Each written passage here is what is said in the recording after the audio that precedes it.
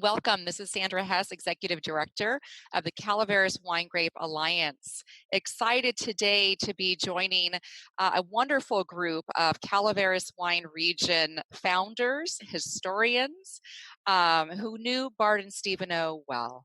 And in our last session, we talked with Stephen Kaus and Gay Callan about beginning at the beginning. And so we're going to pick back up on that conversation today and learn about what it was like as the Calaveras wine country was forming.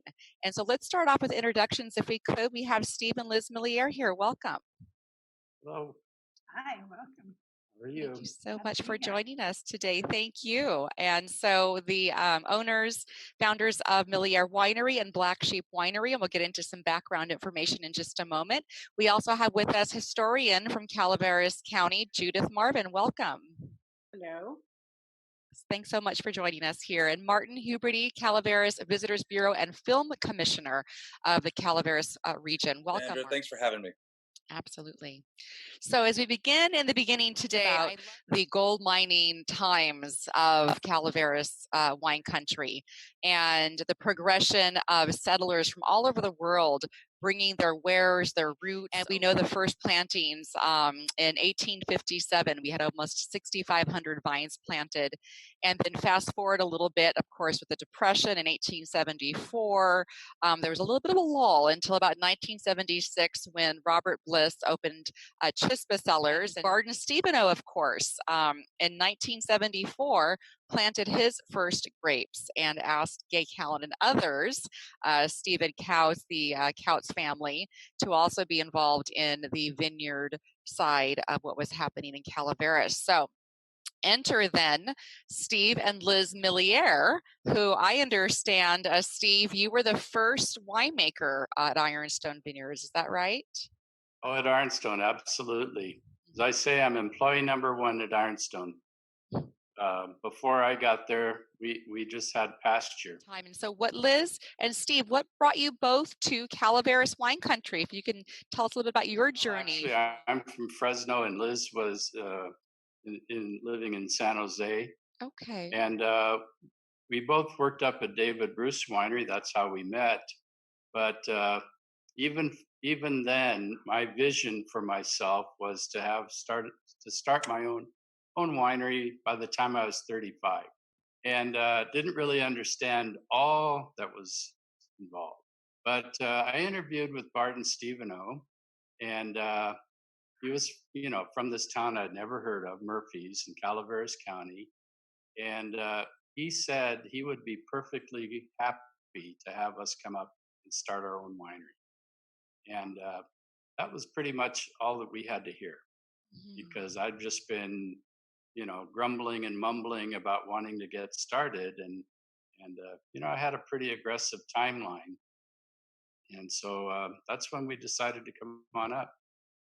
Excellent. So, how did you know about Barden Steven? I didn't. I was looking for a job, and back in the day, I talked to people who I know to find out. Today we call it networking. Some person talked to another person who knew Barden was looking, and Barden actually called me. And we set up a meeting at a coffee shop bookstore in Campbell, California. And I went over there, and he laid out his vision for what he was trying to do in Calaveras County in Murphy's, and neither of which I knew very much of.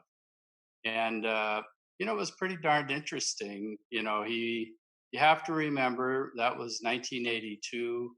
The whole California wine industry was really pretty young. I mean, we've been making wine in California forever, but we had only made it in certain key spots throughout the state. And at that point, it was starting to blossom into other areas. And Barden had it start blossoming in Calaveras County. So I met with Barden in that coffee shop, and everything was a go, except he wanted to make sure I met his marketing person at the time. And she was traveling, doing marketing, of course. And so he invited the whole family. So one day, Liz and I and our two kids loaded up the Volvo and off we went. We were leaving Felton, traveling to Murphy's, and we had no clue where it was going to be, how long it would take, how far it was. And at that time, my daughter Kathy had a thing about white horses. You know how young girls go through a Oh, horse yes. phase. Oh, yes. So the whole trip over, she's looking for white horses.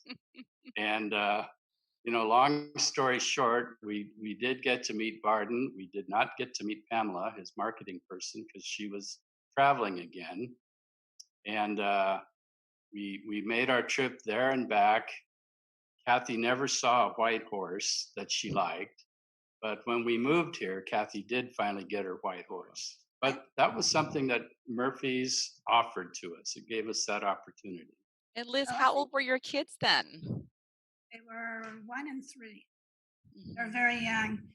I think part of the reason why we were attracted to working in Calaveras County is that it was so wide open then. It wasn't clearly defined in terms of varieties or style. And Steve has a real innovative, pioneering spirit that was matched very well to Mhm. Barton's view of things. Mhm. And so between the two of them, it was a really dynamic partnership, I think. Yeah, I think it was. And I came and I started doing some sales and marketing for him at the time. In 1982, you couldn't even find Stephen O. Wine in any of the local stores. Then Barton had a vision for being on the East Coast. We had some national distribution and, sort of friends of family distribution. And working with Barden, we really built up the local market first because I think you have to own your own backyard and get that sense of pride and community in what you're doing and Mhm. build, friendships and relationships with your neighbors. And from there, we built on that to have our California distribution. So it was a really interesting, creative, wonderful time.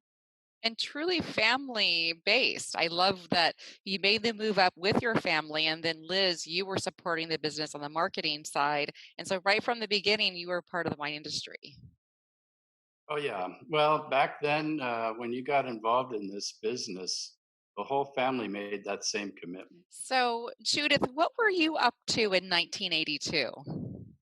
Well, you see, I go way back. I've known Barden since 1972. Oh, Yeah. well, let's begin at that beginning. If you would, could you share with us how you and Barden met? Well, it was a blind date. Lou Preston, who owns Preston Vineyards in Dry Creek, I knew his stepsister, Margie Coberly, and I was part owner of a old hotel in Sheep Ranch, and Barden had the ranch, and he was from the county, and Margie thought we should meet. Anyway, I was already dating someone, so he hired me as his secretary. And those who know Barden know that as his secretary, you not only wrote letters, but you helped paint the house and you hosted the parties and you washed the dishes and all those sorts of things, as all of us have done for him. But he kept asking me, talking about the ranch and what he could do. And this is the thing I wanted to say was really important. I had a good friend, Fred Cherry, who had the first radio show about wine in the United States. Oh, I And remember Fred. yeah, and Fred was a good friend of mine. I met him at college in Marin. He taught wine appreciation, and he had an advertising agency, and he wrote newsletters and was on TV, did everything about wine. And I said, well, what about wine? And so I introduced them, and Barden went to France on a tour with Fred and to various wineries, and he came back, and I thought that might be a good idea. And so he took some crash courses at Davis and researched and talked to everybody. And then I remember going around with him. We used to go to various nurseries and decide what kind of grapes he was going to plant. And I remember planted Cabernet Sauvignon and Chardonnay and Zinfandel that first year. And then he turned the old hay barn at the Shaw Ranch into the winery. And the first wine tasting room was underneath the house. And so it was really an exciting time. And I know one of the questions you asked was, his vision at that time. And I just checked this out last night with Tad Follendorf, who has known him since kindergarten, but a lot farther than I. He didn't have a vision for wineries in Calaveras County. He loved the land, the ranch, San Domingo Valley, and he just wanted to do something with it. And there had been wineries there. I did some research and found there were wineries there dating back to the 1850s, and he thought, oh, it's good land, and he would plant it there. And so that was the very beginning. And I do always remember the first planting, 1974. And then, Steve and Liz came along, and there was Brian Klassen. I remember then when Sally was a baby, and Cynthia Gomes, a close friend of all of ours, was involved, and Mark Chandler, recently mayor of Lodi. Lou Preston was a great help. Chuck Hovey was a winemaker. Dave and Jan Olson. Gay, of course. Scott Klan. But I guess I was there at the very, very beginning. And we were good friends forever and ever. Backpacked, hiked, horseback riding. And he was a very, very dear friend. What a wonderful story that you were a part of the exploratory phase of Barden's life when it came to all things grape growing and winemaking. And what did you think about wine the first time you started to explore wines from Calaveras County? Well, I grew up in Mill Valley, and we used to buy jug wine in Napa and Sonoma County, at all the old wineries. So I was very familiar with wine. And I think people grew up in the East, grew up with beer, and we grew up with wine out here. I just remember everybody having wine forever. But doing the research, I just found so much. In fact, I wrote a history of it when Barden was, what was he? He was the Grand Master for the Murphy's Homecoming.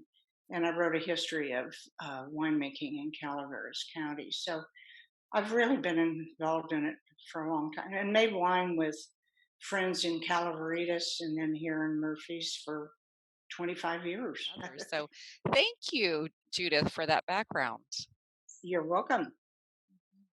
And so, Martin, you and I have had conversations in the past, and your memories of Barden. I would love to hear what he meant to you also. I met Barden at a garage sale when Annie was having her garage sale, which was 16 years ago, at Millefiore. I mean, his family and my family have been intertwined for generations. So I have pictures from the 1800s, actually, that Barden had that he was going through and showed me where my relatives were with his relatives, and fantastic pictures. He also knew my family very well in the 60s and 70s from Bear Valley and the Bear Valley days. So he knew my aunts and what have you. But I only really got to know him when I moved here, which was 16 years ago when I bought the powerhouse. And Barden was just instrumental in making me feel at home, I guess.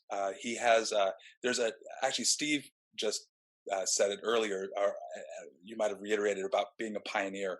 And I really truly believe that people that choose to live in this area still have a bit of that pioneer spirit. And Barden had it. And I think that what attracted me to Barden, and I have nothing to do with it, beyond the fact that I drank his wine every time he invited me over for dinner, but it's the stories that he was able to tell. He was a true Calaveras gentleman, and I think that he grew up in this area. I mean, he reminded me a lot of my family members that had passed on, and the stories, and it was all about sitting down around the table and just really connecting. And that's what I appreciated the most about Barden. I mean, he did so much. I mean, with the Carson Hill Mine, with Greenhorn Creek, with Kirkwood wine. And I know, it's funny that he was also in the last days of his life, he was very a strong advocate for the cannabis.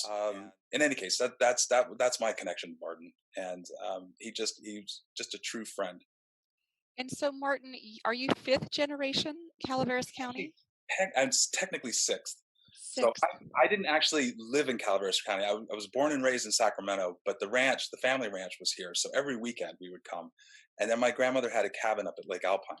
So we would always come through, and Murphy's was always Mecca to me because the peppermint stick was there. Yes. Right. Trees out at the ranch, and my great uncles would say, "Ooh, would you like a nice cool cup of water?" I'd be like, "No, I'd rather go to Murphy's and have an ice cream cone, please." So Murphy's was it's always been Shangri-La. That background. I know also you mentioned that there is a library established for Barden. So it's at UOP. It's in the Holt Library at UOP. There are a couple points there. Barden's family originally came,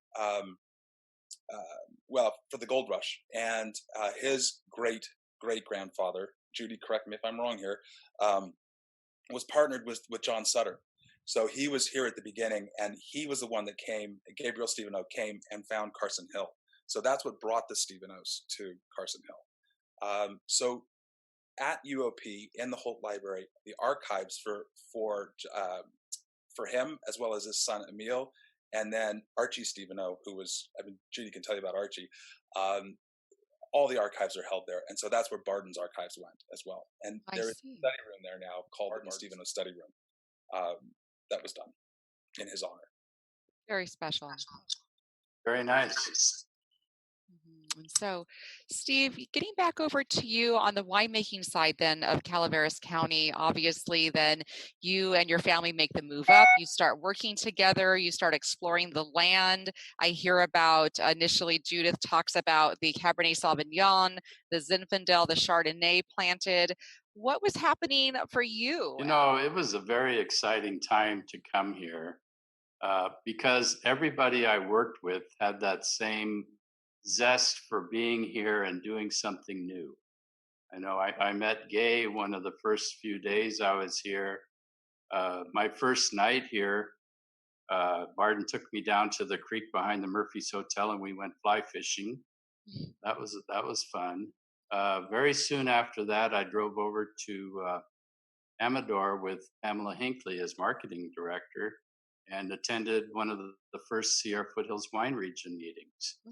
So, you know, it was just a very exciting time to be up here and just start exploring. You know, what you find out, I remember when we drove over the first time, we didn't see very many grapes until we dropped down into the canyon there at San Domingo Creek. But once you get to know the land, then you get to explore and find those little vineyards that are tucked here and there, which is, you know, until we started planting new vineyards, that was what we had. We had Barden's vineyards, Gay had her vineyards that were planted, and pretty much everything beyond that was really small plots, typically surrounding somebody's home. And so it was just really fun to get out and see those things. Most of those older vines were Zinfandel, but occasionally I found some Alicante Boucher, which is a really bizarre vine to find up here in the foothills because it's not very well known anywhere in the world. And yet we had some in Calaveras County. So the settlers bringing that over possibly back in the day. Yes. I know where we live on the Murphy's Grade Road, we're right across from Ross Reservoir. We're, you know, across the hill from Ross Reservoir. And I've always heard stories about how that had been planted to Gewürztraminer over there. And then when they made it a reservoir, they flooded them. So whenever they do maintenance on the reservoir, the vines are still down there. So there were vines here. There's a history of winemaking and grape growing. It's just everything is kind of tucked away and out of sight until you get here. Mm-hmm. And that was really the most fun part, is to get here and explore. Mm-hmm. And so, Liz, you were very instrumental around this time also in establishing the first ever winery association, the Calaveras Wine Grape Alliance. Well, Barden had a vision for a regional wine association, the Sierra Foothills Wine Association, in conjunction with his push to get the Sierra Foothills recognized as a viticultural region, which he was successful in.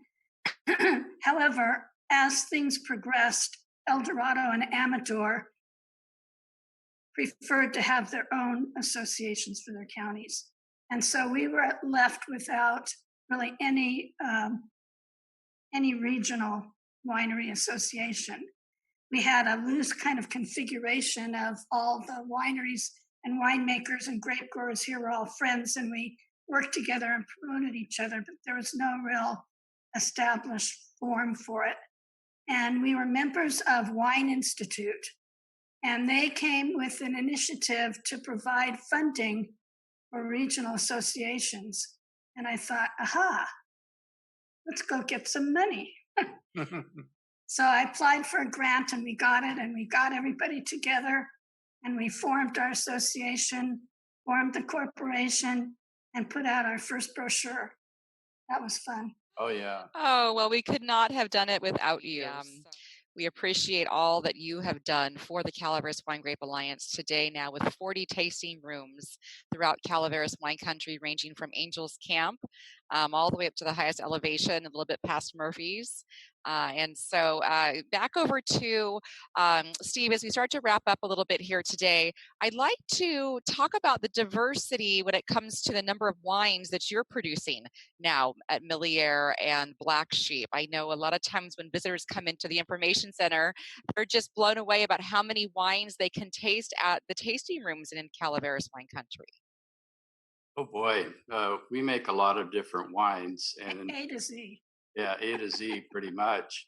When we first started up here, the core varietals were available: Cabernet, Chardonnay, Merlot, Zinfandel, of course. Although we don't have as much of a reputation for Zinfandel wines. They had Sauvignon.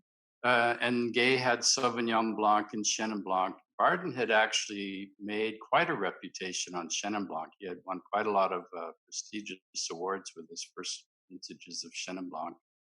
And then that grape fell out of favor, so that didn't do us much good. Then there was another planting of grapes in the county, and one of those plantings was Cinsault, that Dave Olson was instrumental in securing the cuttings and planted them on in a little vineyard that was owned by Al Beckman. He was over in Mountain Ranch. They planted Cinsault grapes for Black Sheep. That was the first planting of Rhone varietals in the county. And of course, now we've got quite a selection of Rhone varietals, and which have done very, very well. Of course, they find our warmer climate more favorable because that's where they originated from. So it's not surprising.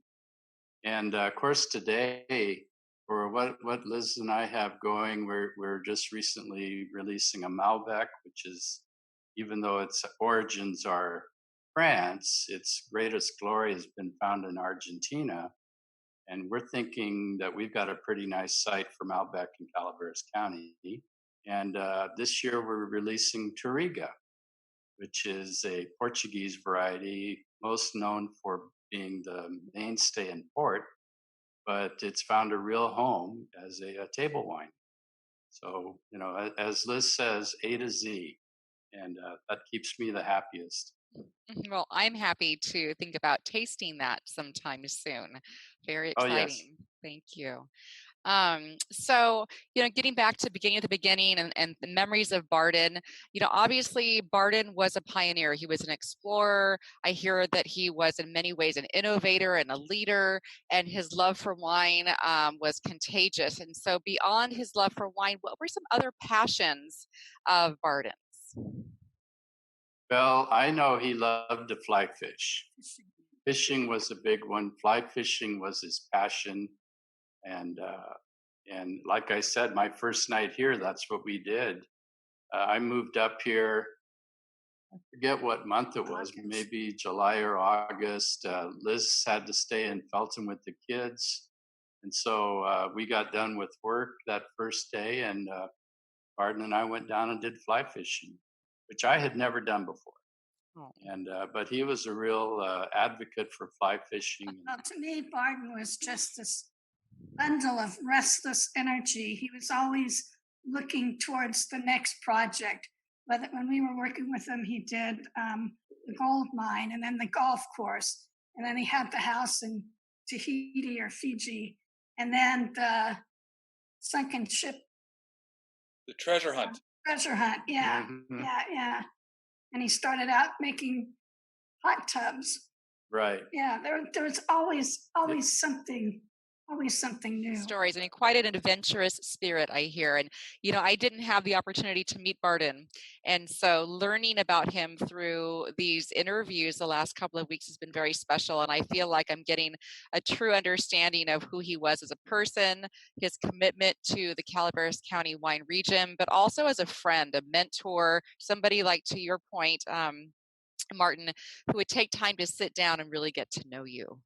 And I think what a privilege it is for me to sit down with you all today and hear these wonderful stories. Here, if you would like to leave us with just some thoughts on, things that you would think Barden would like to see as we continue to evolve the Calaveras wine region, with our focus being quality over quantity. We always try to be very mindful of the family aspect of winemaking and winery business in Calaveras County. So what would you think Barden want to see as we move forward? Barden would be very happy with the vigor that the wine industry has brought to our economy. Job creation, preservation of open space, tourism dollars. I think that he loved this county so much. I think that that's what would really bring him the most pride and the satisfaction that he was big part of it. I agree with Liz. I think that we did an interview with Barden, and one of the questions was just exactly that. And his answer is job creation. That's what made him the proudest. Were the number of jobs that he was able to create. I just am thinking back to when we first moved up to Murphy's, and Murphy's was a very, very quiet, sleepy little town. Just 2 restaurants, the hotel and El Refugio. And I think the wine industry has brought that spark to the town that's allowed it to grow and get nurtured. What I always say is it's brought a lot of very bright people to this area.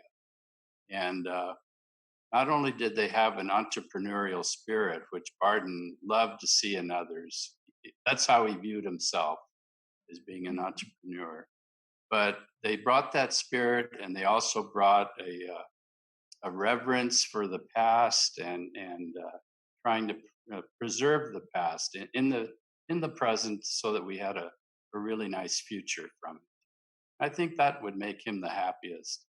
And I know that's what I enjoy about living in the small town we live in. Absolutely.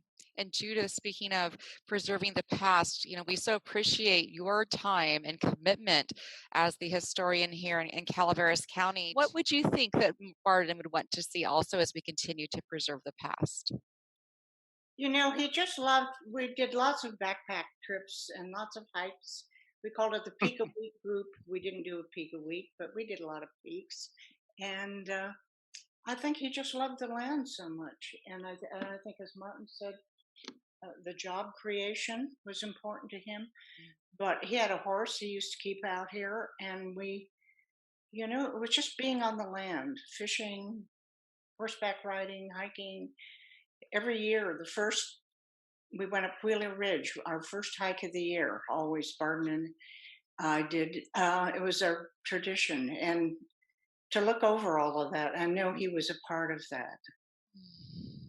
Wonderful. Well, next week we're going to also continue on this journey, digging into the history of Calaveras wine country and memories of Chuck Hovey. And Scott Clan's going to be joining us as well and talking about how he spent so much time with these mentors, Chuck Hovey and Barden Steven, as he was a youngin'. So thank you all for taking time out here on this beautiful spring day to join me. Again, for those of you in the audience, we thank you for tuning in to session number 2. We look forward to connecting with you again next week. Also, we encourage you to drink Calaveras. You can check out the latest offerings from our wineries. We've got some great shipping offers, curbside pickup offers, calaveraswines.org.